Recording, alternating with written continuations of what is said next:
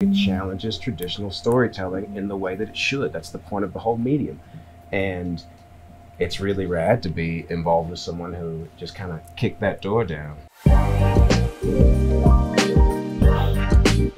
So the film is called All That Rose Taste of Salt. And actually, after a conversation with my grandma around the practice of eating clay dirt, I wrote a poem with the same title. That conversation really stayed with me, and I had that conversation years ago. But I returned to it more recently when I was in the stages of writing the script for All Dirt Roads. And the thread of clay dirt eating wasn't always in the film. It was one that, when that conversation rose back to the surface for me, I added into the film.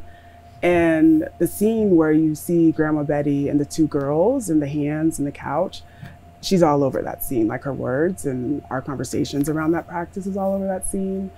And I know we've talked about, you know, clay dirt eating and how beautiful it is, the small bags and how it's the same even in different cultures that resonates, you know? And so it's been really, it's a small thread in the film, but a big one for me. I thought the script was beautiful, but you've just reminded me that in the Zoom, we did talk about eating clay dirt. I think I said, like, I do that too. And I didn't know. Yeah, I right. didn't know. So Raven was like, what? And I was like, yeah, it's a practice, like, I think across not just the African diaspora, but all around the world. And it's something that I've never really talked about because it was just me as, you know, a Ugandan immigrant in the UK and the women in my family who did it.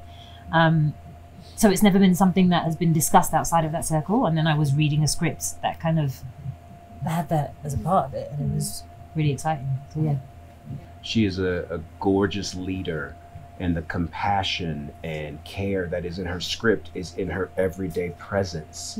And to be able to be on a movie set that isn't about pace, that isn't about result, but is about experience is almost groundbreaking. And that's what Raven offered us, I think. And so the script brought me to it, but she kept me there. Our whole bodies are used in the cinematography, and not just used but focused on. And you know, I think, like, I mean, you'd know better, but the first time you actually see somebody's face in the film is like minutes in. You know, you're seeing hands first for a very long time and hearing voices, and every little kind of finger twitch means something because you know, that's what you're holding on to. I was really taken by the soundscape as well, and same thing with how much of the body where the camera was focused, how loving and tender and compassionate the gaze was. It was such a set of trust that there was no like, what's the frame? So when it's gonna be my toe? And so watching, like, one, just going, do what you need to do. We're gonna give you 100% every time. Seeing, we didn't know. So just seeing the result of that is an awesome experience. And then seeing the courage of the edit, for my taste, you know, like, it challenges traditional storytelling in the way that it should. That's the point of the whole medium. I look for love. Like, I don't care about it. I mean, I like money. It's awesome. If you'd like to give me some, I'm here. However, like, I'm super big into, do they love what they're doing? Can they take care of me in the way that I need to be taken care of?